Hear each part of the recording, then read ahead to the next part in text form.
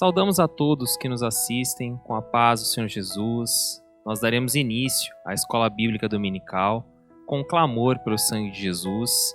Convidamos aqueles que podem a se colocarem de pé para realizarmos esse clamor. Senhor nosso Deus, nós queremos, Pai, clamar o sangue de Jesus, pedir perdão pelos nossos pecados, por nossas falhas. Que o Senhor possa renovar, Senhor, a nossa comunhão com a Tua eternidade, possa nos levar, Senhor, até, Senhor, Teu trono, até a Tua presença. Nós precisamos de Ti, Senhor, precisamos do Teu amor, da Tua graça. Que o Senhor possa se fazer presente mais uma vez, Senhor. Esse é o nosso pedido como igreja, em nome de Jesus. Amém. Vamos louvar o nome do nosso Deus.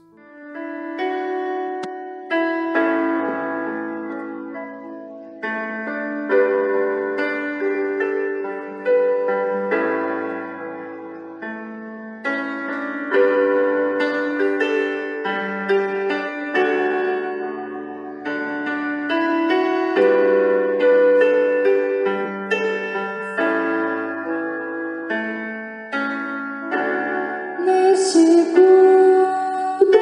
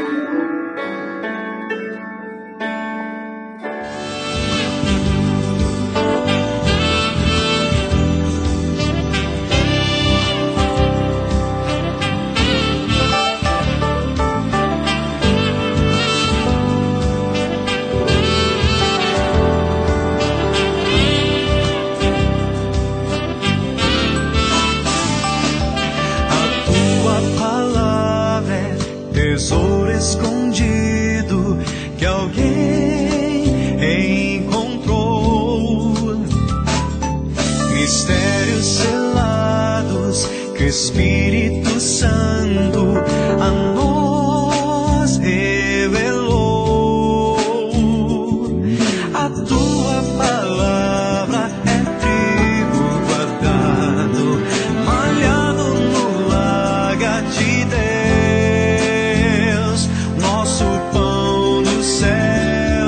Bendita palavra que cura e salva a quem nela crê. Palavra de Deus.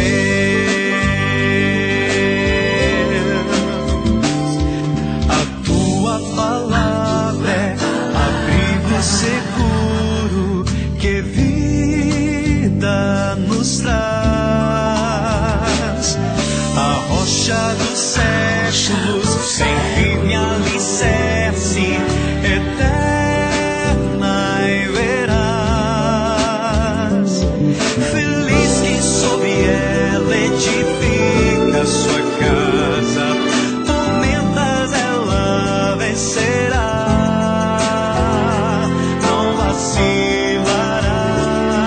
Bendita palavra que cura e salva a quem nela crê. Palavra de Deus.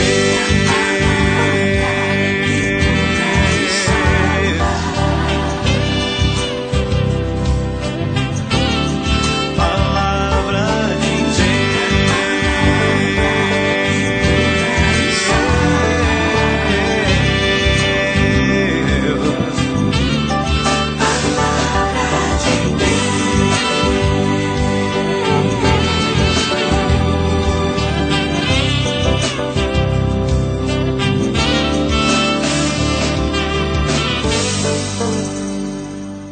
Eu quero saudar os irmãos com a paz do Senhor Jesus.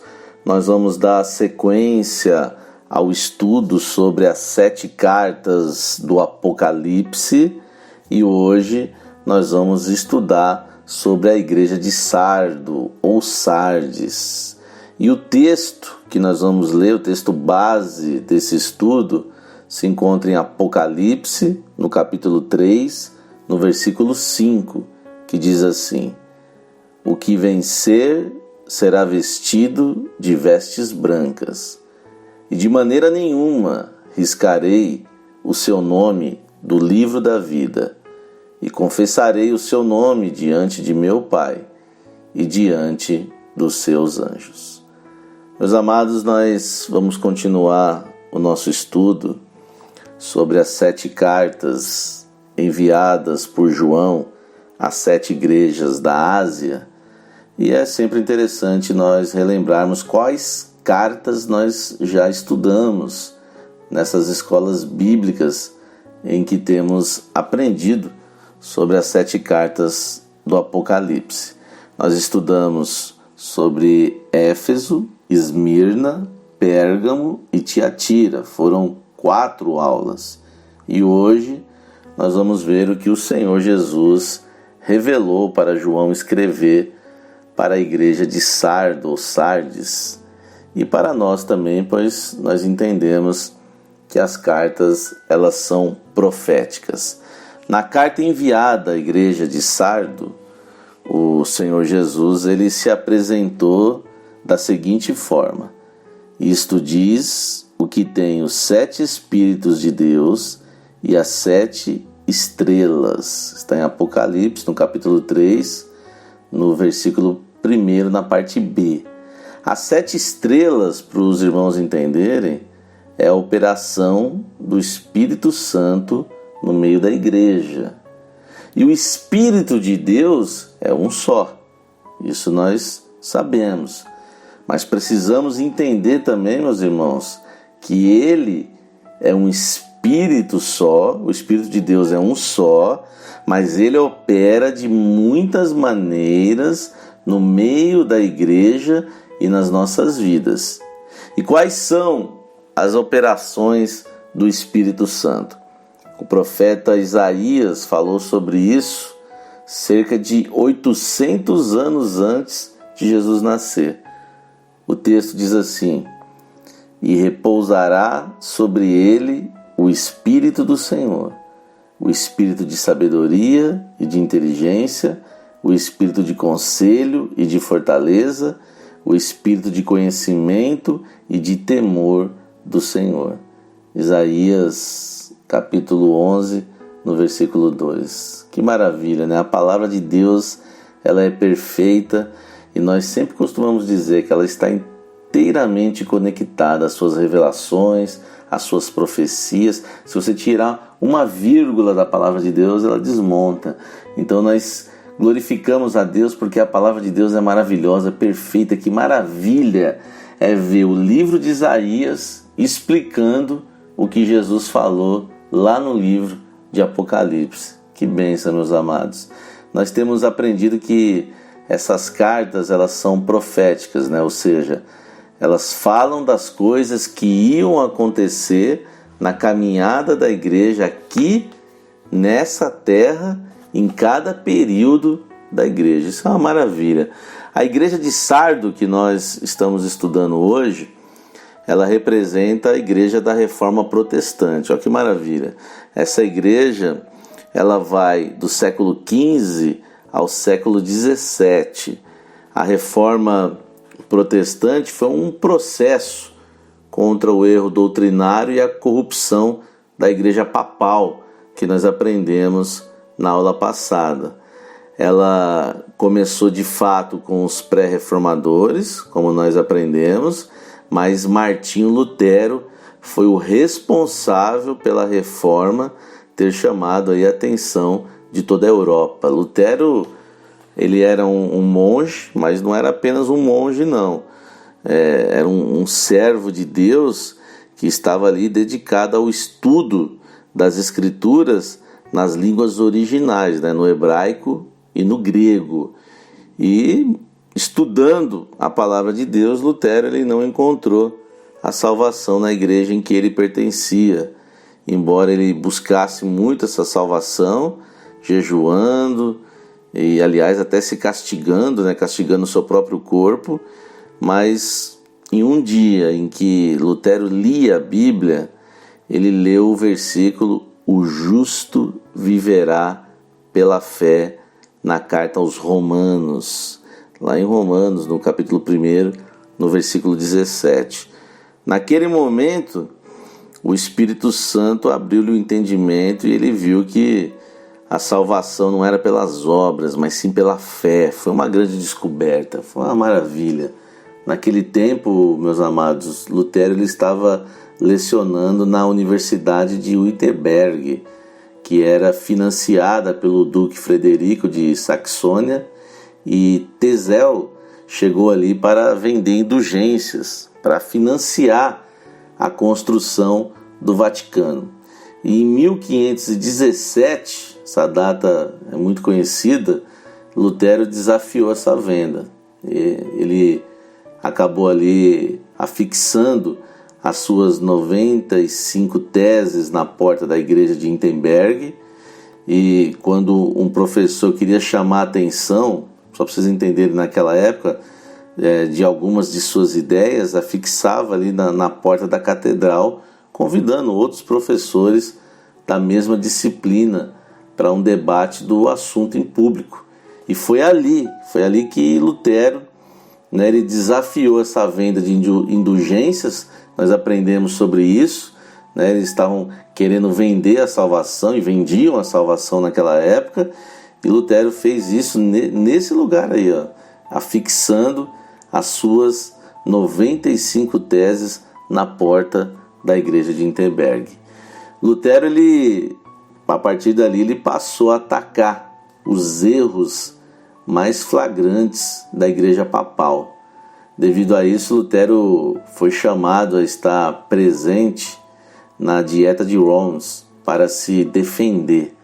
Ali ele foi acusado de ter negado a fé, mas Lutero ele se defendeu dizendo que a sua fé estava baseada na palavra de Deus.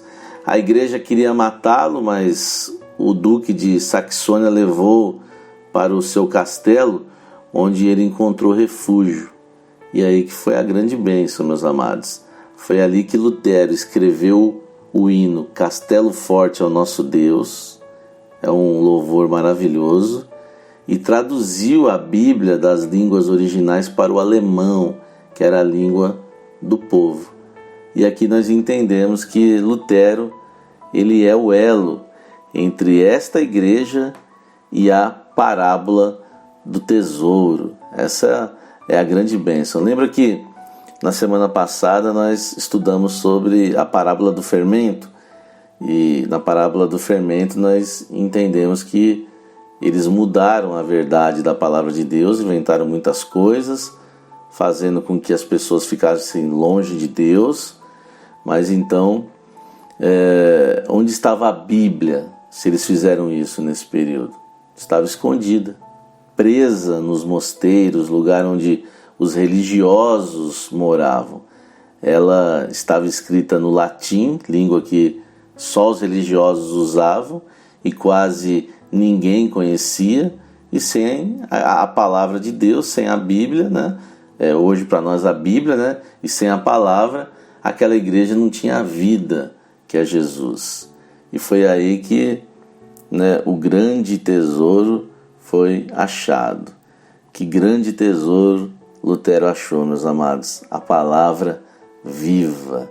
Ele descobriu que não precisava pagar para ser salvo. A salvação não era pelas obras, mas pela fé em Jesus. Ele descobriu que Jesus é o único caminho que nos leva a Deus, o único mediador, que não havia outros salvadores e nem outros caminhos que levam ao céu, como aqueles religiosos ensinavam. Quando Jesus ensinou aos discípulos a parábola do tesouro escondido, em Mateus, ele estava falando do que aconteceria no período da igreja de Sardo. Veja o que ele disse: também o reino dos céus é semelhante a um tesouro escondido num campo, que um homem achou e escondeu. E pelo gozo dele, vai, vende tudo quanto tem e compra aquele campo. Lá em Mateus, esse texto está registrado lá em Mateus, capítulo 13, versículo 44. Vamos entender isso, meus amados. Que tesouro é esse? É a palavra de Deus, um grande tesouro. Por que a palavra de Deus é um grande tesouro? Porque ela é viva, ela é revelada, mas principalmente ela é um grande tesouro porque ela revela Jesus, o nosso Salvador. Nela nós temos tudo o que precisamos. A parábola ela fala de um homem que achou esse tesouro. Quem é esse homem? Lutero. Ele descobriu a riqueza da palavra de Deus e viu que existiam muitos ensinamentos errados naquela época. E o que Lutero fez? Pela alegria de ter encontrado aquele tesouro, ele vendeu tudo que tinha e comprou aquele campo. Ou seja, meus amados, Lutero ele deixou o mosteiro, pegou a Bíblia, o tesouro escondido, se escondeu num castelo e ali traduziu a palavra de Deus. Ele traduziu a palavra do Senhor para a língua que o povo falava na época, que era o alemão. Foi aí que as pessoas começaram a ter cada vez mais acesso à Bíblia. E foi assim que a palavra chegou até nós. Viram que a atitude de um servo fiel, a atitude de Lutero, vigilante, você viu o que essa atitude faz? Louvado seja o nome do nosso Deus. Por isso que Lutero, ele foi esse elo. Lutero é o elo entre a igreja e a parábola do tesouro, porque na parábola, né, o homem encontrou um tesouro num campo, né? O homem na parábola pagou um preço alto para ter o tesouro, e Lutero pagou o preço ao ser excomungado da igreja papal e ao viver constantemente em perigo de vida, ameaçado pelo Papa e pelos seus oficiais. O tesouro que encontrou foi a palavra de Deus, e durante séculos a palavra de Deus ela tinha estado escondida nos mosteiros, longe da vista e dos ouvidos do povo comum. Além disso, em 1229, a igreja papal tinha publicado uma lei proibindo a leitura da Bíblia. Olha só, meus amados, importante nós entendermos também essa parte histórica. Faz todo sentido para nós, para recebermos as revelações de Deus. Mas ao mesmo tempo que o povo tinha ficado sem acesso à Bíblia, né, para eles não faria sentido algum, porque ela era escrita em latim. Lutero, ele descobriu o tesouro no campo e ele deu ao povo. Foi um grande tesouro, a Bíblia, a palavra de Deus. Glória a Deus, meus amados, na sua própria língua, né? E apesar de oposição forte da igreja papal, a reforma protestante ela se espalhou rapidamente por toda a Europa, e com a Bíblia em suas mãos, muitos podiam ler acerca da provisão de salvação em Jesus e ter a certeza da salvação. Aleluia, meus amados. A reforma ela também influenciou muito a vida social e política da Europa, mas foi na igreja onde ela sentiu o seu maior impacto. Os reformadores, isso para quem estuda a história da igreja, né, isso é uma coisa que todos nós sabemos, que os reformadores, é importante os irmãos anotarem isso, guardarem isso, eles restabeleceram ali, os reformadores, as grandes doutrinas de, primeiro, a supremacia da Bíblia, né, sobre a tradição papal. Maravilha foi essa reforma e restabelecer isso, colocar a supremacia da Bíblia, da palavra, acima dessa tradição religiosa papal. Também a justificação pela fé e o sacerdócio universal dos crentes. Mas é importante também nós entendermos que, devido ao envolvimento dos reformadores na vida social e política, e também a polêmica que gerou com a igreja papal sobre os problemas secundários que não tinham nenhum proveito espiritual, a reforma não foi tão profunda como o Senhor queria, não. O povo não foi levado a viver como o corpo de Cristo, seguindo as instruções do cabeça. As igrejas reformadas continuaram com muitas doutrinas e práticas da igreja papal. O sistema hierárquico continuava juntamente com a observação de feriados de inspiração pagã e outras práticas. Nós aprendemos isso na aula passada, na igreja de Tiatira. Também continuavam a ser dada muita atenção ao ritual e à liturgia. E nós sabemos que ficou também marcado nessa história, dessa forma, a reforma protestante. E a essa igreja o Senhor disse: eu sei que tem nome de que vives e estás morto. Eles tinham a reputação de ser vivos e estavam convencidos que eram vivos, mas na verdade estavam mortos, porque não tinham nenhuma experiência com Deus vivo. Simplesmente tinham trocado uma igreja morta por uma outra igreja morta. E a palavra sardo significa os poucos que restam. Isso é importante para a gente já no final dessa aula. Lembra que nós estamos aprendendo sobre as 7 cartas do Apocalipse de uma forma bem objetiva, podemos dizer o básico, para nós termos um entendimento profético, histórico e principalmente profético das cartas do Apocalipse, e também a relação das cartas do Apocalipse com as parábolas do reino em Mateus que foram ditas pelo Senhor Jesus. E no fim dessa aula, para a gente entender que sardo, a palavra significa no original os poucos que restam, e isso é profético também, porque apesar de tudo isso que nós falamos agora, que a reforma não foi tão profunda como o Senhor queria, ainda havia nessa igreja pessoas com uma experiência verdadeira com o Senhor. Eram poucos, mas havia ali a necessidade de vigiar para que eles também não fossem afetados. Louvado seja o nome do nosso Deus. E como um Pai amoroso, Jesus aconselhou aquela igreja em Apocalipse 3, no versículo 3, dizendo: lembra-te, pois dos que têm recebido e ouvido, e guardam e arrepende-te. O que nós temos recebido? Nós, os ensinos da palavra de Deus, o tesouro de grande valor, e tesouros, meus amados, eles não são guardados de qualquer forma nem em qualquer lugar, não é mesmo? É por isso que nós devemos valorizar a palavra de Deus, guardando seus ensinamentos no melhor lugar. Sabe qual é o melhor lugar que nós devemos guardar? É na estante, é do lado da televisão, é embaixo do braço? Não. O melhor lugar para nós guardarmos os ensinos e a palavra de Deus é no nosso coração.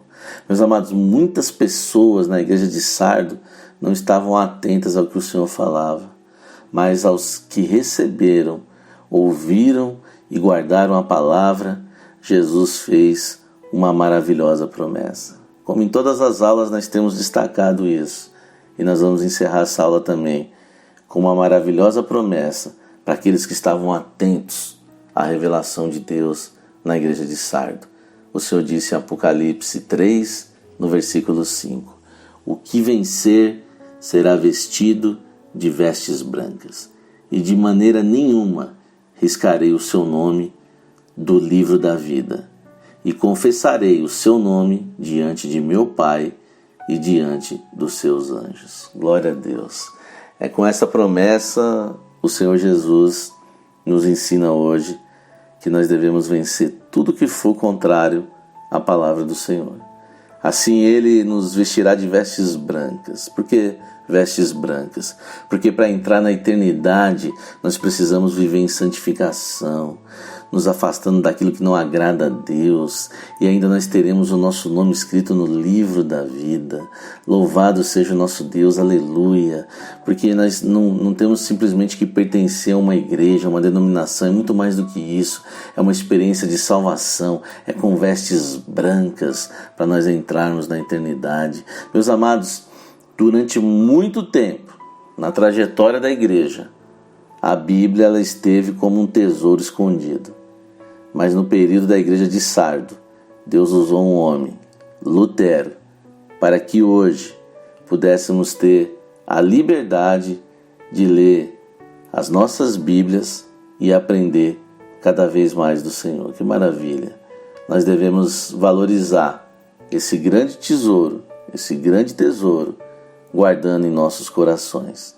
E só assim nossos passos estão firmes rumo à eternidade com Deus. Quem tem ouvidos, ouça o que o Espírito diz às igrejas. Apocalipse 3, versículo 6. Glória a Deus que a igreja fiel do Senhor tem ouvido aquilo que o Espírito Santo tem ditado e Ele tem governado as nossas vidas. Aleluia. Assim nós encerramos mais uma aula sobre as 7 cartas do Apocalipse. E hoje nós vamos ouvir o louvor Castelo Forte, que é o louvor que o Senhor deu a Lutero nesse período, nessa época, e chegou até as nossas vidas hoje. Vamos louvar ao nosso Deus. Aleluia.